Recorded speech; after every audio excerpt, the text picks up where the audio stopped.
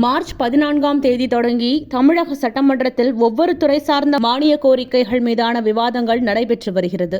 இன்றைய தினம் கால்நடை பராமரிப்பு மற்றும் மீன்வளத்துறை மீதான மானிய கோரிக்கை நடைபெற்றது. இந்த நிலையில் இலங்கை அரசிடம் உள்ள கச்சத்தீவை திரும்பப் பெற மத்திய அரசு அனைத்து நடவடிக்கைகளும் மேற்கொள்ள வலியுறுத்தி சட்டமன்றத்தில் முதல்வர் மு.க.ஸ்டாலின் இன்று தனி தீர்மானம் கொண்டு வந்தார். இந்த தீர்மானத்தின் மீது முதல்வர் மு.க.ஸ்டாலின் பேசும்போது, இலங்கை கடற்படையால் தாக்குதலுக்கு உள்ளாகும் தமிழ்நாடு மீனவர்களுக்கு ஏற்படும் இன்னல்களை போக்கிட கச்சத்தீவை மீட்பதுதான் ஒரே வழி. கச்சத்தீவை மீட்பதற்கான அனைத்து நடவடிக்கைகளையும் மத்திய அரசு உடனடியாக மேற்கொள்ள வேண்டும். பிரதமர் மோடி இலங்கை அரசுடன் பேச்சுவார்த்தை நடத்தி சிறையில் உள்ள தமிழக மீனவர்களை மீட்க நடவடிக்கை எடுக்க வேண்டும் என தெரிவித்திருந்தார். இலங்கையில் புதிய அரசு அமைந்தாலும் தமிழக மீனவர்கள் மீதான தாக்குதல் சம்பவம் என்பது தொடர்ந்த வண்ணமே இருக்கிறது. பிரதமர் மோடி ஆட்சிக்கு வரும்போது மீனவர்கள் தாக்கப்பட மாட்டார்கள் என்று உறுதியளித்தனர். ஆனால் தமிழக மீனவர்களும் இந்திய மீனவர்கள்தான் என்பதை ஒன்றிய அரசு மறந்துவிடுகிறது. மீனவர்களின் பிரச்சனைக்கு நிரந்தர தீர்வு காண கச்சத்தீவை மீட்பதே ஒரே வழி. கச்சத்தீவை மாநில அரசுதான் தாரை வார்த்தது என்று தவறான தகவல்கள் பரப்பப்படுகிறது.